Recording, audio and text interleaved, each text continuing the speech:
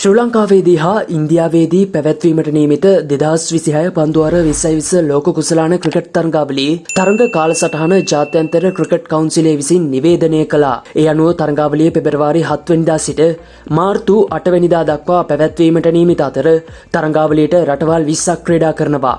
ශ්‍රී ලංකාවේ Colombo R Premadasa SSC Mahanuwara Pallekele යන ක්‍රීඩාංගණවලදී තරඟ පැවැත්වෙන අතර ඉන්දියාවේ කොල්කතා, මුම්බායි, අහමදාබාද්, චෙන්නයි හා දිල්ලි යන ක්‍රීඩාංගණවලදීද තරඟ පැවැත්වෙනවා. තරඟාවලියේ මූලික වටයේදී එක් දිනයකදී තරඟ 3 බැගින් පැවැත්වීමට නියමිතව තිබීමද විශේෂත්වයක්. ශ්‍රී ලංකාව මෙවර තරඟාවලියේදී B කාණ්ඩයෙන් තරඟ වදිනවා. එහිදී ඔවුන්ගේ ප්‍රතිවාදීන් වන්නේ ඕස්ට්‍රේලියාව, අයර්ලන්තය, ඕමානය, සිම්බාබ්වේ යන රටවල්. තරඟාවලිය යටතේ ශ්‍රී ලංකාව ක්‍රීඩා කරන පළමු තරඟය පෙබරවාරි 8 වෙනිදා රාත්‍රී 7ට අයර්ලන්තයට එරෙහිව කොළඹ ආර් ප්‍රේමදාස පිටියේදී පැවැත්වීමට නියමිතව තිබෙනවා. දෙවන තරඟය ඕමානය සමග පෙබරවාරි 12 වෙනිදා පැවැත්වෙන්නේ පෙරවරු 11ට ඒ පල්ලේකැලේ ක්‍රීඩාංගණයේදී.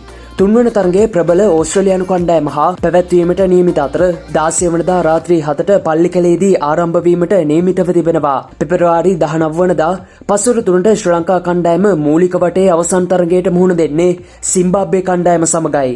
මේ ආර් ප්‍රේමදාස පිටියේදී පැවැත්වීමට නියමිතයි. ඉන්දියාව හා පාකිස්තානයේ මෙවරද එකම කාණ්ඩයකින් තරඟ වදිනවා. එම රටවල් දෙක එකිනෙකා මුණ ගැසෙන්නේ පෙබරවාරි 15 වෙනිදා කොළඹ ආර් ප්‍රේමදාස ක්‍රීඩාංගණයේදී. කෙසේ වෙතත් එම තරගය සඳහා පාකිස්තාන කණ්ඩායම සහභාගී නොවන බව දැනුම් දී තිබුණත් ශ්‍රී ලංකා ක්‍රිකට් ආයතනයේ පාකිස්තාන කණ්ඩායමට ඒ සඳහා සහභාගී වන ලෙස ඉල්ලා ලිපියක් යොමු කළ බව වාර්තා වනවා. මූලික වටයේදී ඉන්දියාවේ අනික් ප්‍රතිවාදී රටවල් වන්නේ ඇමරිකා එක්සත් ජනපදය, නැමීබියාව හා නෙදර්ලන්තයයි. පාකිස්තානයේ ක්‍රීඩා කරන සියලු තරග පැවැත්වෙන්නේ ශ්‍රී ලංකාවේදී. එක් කාණ්ඩයකට රටවල් 5 බැගින් කාණ්ඩ 4ක් යටතේ මූලික වටේ තරග පැවැත්වෙන අතර ඒ කාණ්ඩවල පළමු ස්ථාන 2 හිමි කර ගන්නා රටවල් 8 සුපිරි 8 වටේට සුදුසුකම් ලබනවා.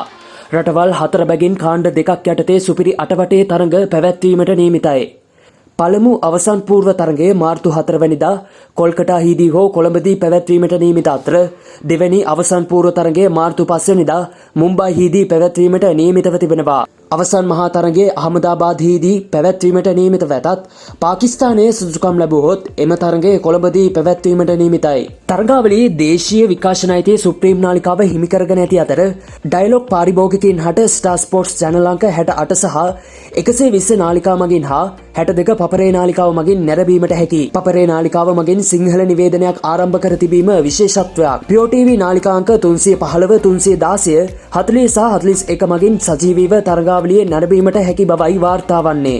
එමෙන්ම තරගාවලියේ ස්මාර්ට් ජංගම දුරකථනයෙන් නැරඹීමේ අවකාශය ඩයලොග් ප්ලේ ඇප් එක හරහා මෙන්මද පපරේ වෙබ් අඩවිය මගින්ද හිමි කර දී තිබෙනවා. පෙබරවාරි 6 මධ්‍යම රාත්‍රිය දක්වා පපරේ වෙබ් අඩවියට රුපියල් 199කින් ඇතුළත් වීමේ අවස්ථාව හිමි කර දී තිබෙන අතර YouTube ඔස්සේ කිසිදු විකාශයක් සිදු නොවනු ඇති.